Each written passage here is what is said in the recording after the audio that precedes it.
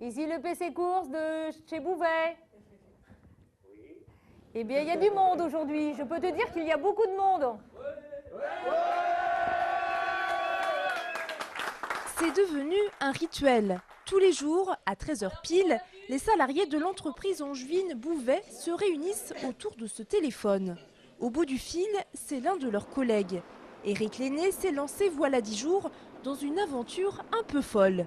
Traverser seul, à la rame, l'Atlantique, depuis le Sénégal jusqu'à la Guyane. 22 concurrents participent à cette course. Une course que les salariés de l'entreprise suivent avec beaucoup d'intérêt et de fébrilité. C'est génial humainement et puis sportivement parce que faire la traversée de l'Atlantique à la rame, à la force des bras, je trouve que c'est une aventure extraordinaire. Et même sans faire une place, s'il arrive à franchir la ligne d'arrivée, c'est grandiose. L'aventure d'Éric Lenné, c'est avant tout un projet commun. Le bateau a été construit ici, dans les locaux de l'entreprise, à la Membrolle-sur-Longuenay.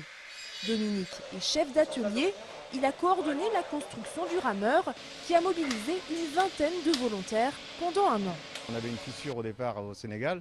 Depuis, Eric l'a bien réparé. Et puis maintenant, on est de tout cœur avec lui. Et puis il est quatrième, il est bien. Et puis on espère le podium maintenant. Aujourd'hui, c'est Sylvie qui est chargée de poser les questions à Eric. Sylvie était suppléante. C'est elle qui aurait pu remplacer le skipper. C'est très frustrant. J'ai eu beaucoup de mal juste la veille du départ, j'ai un petit peu craqué. Mais bon, maintenant, je sais qu'il vit vraiment une aventure superbe. Il est vraiment très bien. Il se sent vraiment dans son élément.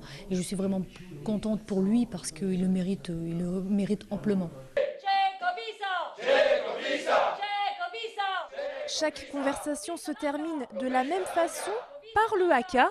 De quoi donner du courage au skipper pour qu'il atteigne le podium et pourquoi pas la première marche.